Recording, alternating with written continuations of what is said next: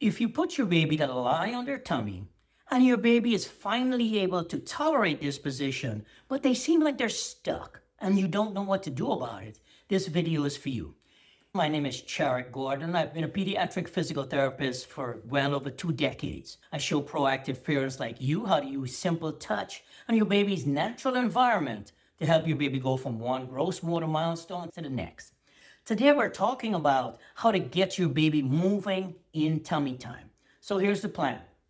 I'm going to briefly talk about the importance of tummy time, and then we're going to get into a couple of specific techniques that you can use to get your baby going, get your baby moving. Before I forget, I created a free milestone checklist. I'm going to put the link in the description below. It just shows you what your baby should be doing at one particular month to the next. You can print it out, slap it on your refrigerator, and that way you have it for quick reference so that you know if your baby's on track and when you might need to seek a little bit of extra help. So let's talk about tummy time and why tummy time is important. We hear a lot about tummy time and we all know that it's important. Tummy time is where your baby's laying on their tummy when they're awake. We want our babies to sleep on their backs, but be awake when they're on their tummy when they're awake and have a certain amount of tummy time each day. The importance of tummy time is simple. It helps your baby to learn to defy gravity, to be able to start pushing up off the ground and pushing their body away from the ground as they try to figure out, look up, lift their head up and look around to see things and start figuring out how to move. And your baby is not able to move. What can you do to assist your baby? There are a couple of things. One, I had a parent tell me that their baby lies on their tummy and can tolerate tummy time, but their baby lies with their arms out to the side, down by their side like this. That's the first thing you can try to change. If your baby is able to tolerate tummy time and be on their tummy lying in this position, but baby has their arms to the side, this is not a very functional position. This baby probably does not have their face down like my baby Annie has here. Baby probably has their head turned to one side, and this is a very passive position. Baby is not really doing anything in this position. So what I want you to do is simply move baby's arms like this, and just bring baby's arms in front so the baby is propped on their arms like this. I want you to bend baby's elbows, position the elbows under the shoulders so the baby is on their forearms. Actually, you can bring the elbows out a little bit and just have baby in a position kind of like this, where baby's on their forearm, they're looking around, they're looking at toys. A fantastic way to make this happen is to use something like this. It's a simple toy mirror. I use it all the time in my treatment sessions. And what I like to do is put it in front of baby like this and cue baby to lift her head and look at herself in the mirror. The importance of tummy time is that it strengthens baby's chest, it strengthens baby's arms, baby's shoulders, the back of baby's neck muscles as baby lifts her head up off of the play mat. So I wanted to talk about a little something I call the tummy time pivot.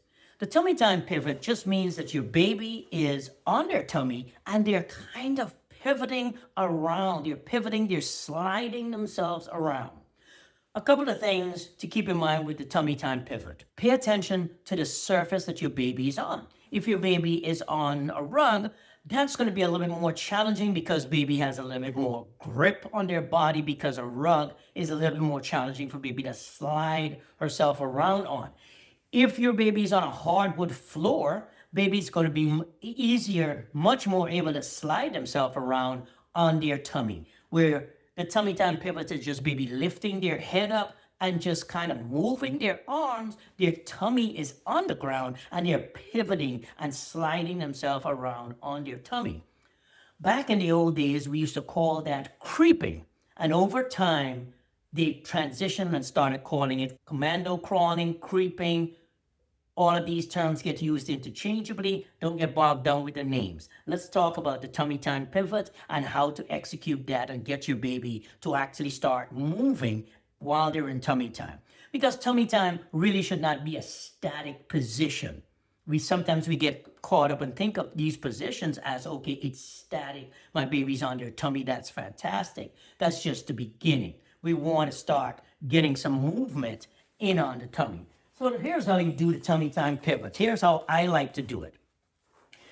Rather than positioning a toy directly in front of your baby like this and cueing baby to reach for the toy, it's in fact much easier if you put the toy off to the side.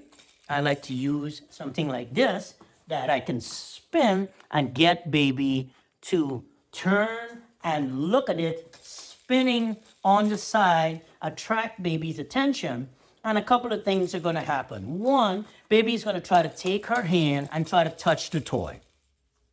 Just that simple movement right there where baby tries to lift her head up, take her toy and touch her hand, touch the toy, a couple of different things have to happen. One, she's going to transition her body onto her left forearm. So she's got to do a subtle weight shift. Once baby does the weight shift, she frees up this other arm. So she's pretty much going to be bearing the majority of her weight on her left forearm as she's batting the toy. What I like to do is then move the toy a little bit. I'll let baby have a couple of swats at it, let her spin it a couple of times, and then I'll move the toy so that baby has to shift. And baby will lift her head up. She's holding her head up. She's on her forearms. She's shifting. And now baby has to pivot. Couple of little techniques that I like to use while I'm doing the tummy time pivot. As baby starts to move this way, sometimes baby forget to move the legs so that they can continue to move. What I like to do is I'll move the legs for baby initially. I'll help baby to move their legs out of the way as baby is continuing to pivot. I will help baby to move the legs so she can get some early success and have some early wins. As we continue to do this, I normally aim to have baby go in a complete circle. Here's a pro tip. Don't forget to do the other side. Do a tummy time pivot in the opposite direction. Now, once baby is able to pivot, do a tummy time pivot in both directions by simply putting baby on their tummy, put the toy directly in front of baby straight ahead. And now I want you to bend baby's knees slightly. Bend her knees out to the side like this. Bend her knees. And I like to take my hands and hold baby's shins, and cue baby to now just slide herself forward, doing kind of like a frog crawl. Once you get baby to start doing this, sometimes I recommend this to parents. I tell parents, okay, you're going to put your hand under baby's legs and cue baby to push off of your hand. And parents do it and they're like, it didn't work. Well, okay, you forgot to bend the knee. You got to bend the knees. So I'm just reminding you, don't forget to bend the knees. Now, once you do it, I like to suggest to parents start off doing both legs at the same time because you could do the little froggy maneuver with baby and do both legs at the same time. I find that it works better if I start off with my hands on baby's shins and then I move down and put my hands under baby's feet so the baby has a firm surface that she can push off of. When baby is pushing off of my hands, again, if her knees are completely straight and I put my hand under her feet, she has nothing to push off of. She has no leverage. So don't forget to bend the knees. Once you bend the knees a couple of times and baby gets the idea, then you can progress her and just bend one knee at a time. Put your hand under baby's foot and just wait and prompt her and be like, okay, go get the toy, go get the toy. As she is trying to move and go get the toy, she will figure out that she needs to push off of your hand. And so now you're actually starting to get into some early commando crawling style activities because you're putting your hands under baby's legs and you're cueing baby to be able to go after a toy. All right. I hope you found this video helpful. If you did, please don't forget to like it. There's a new feature. Once you like it, you'll have the opportunity to hype it definitely go ahead and hype me up.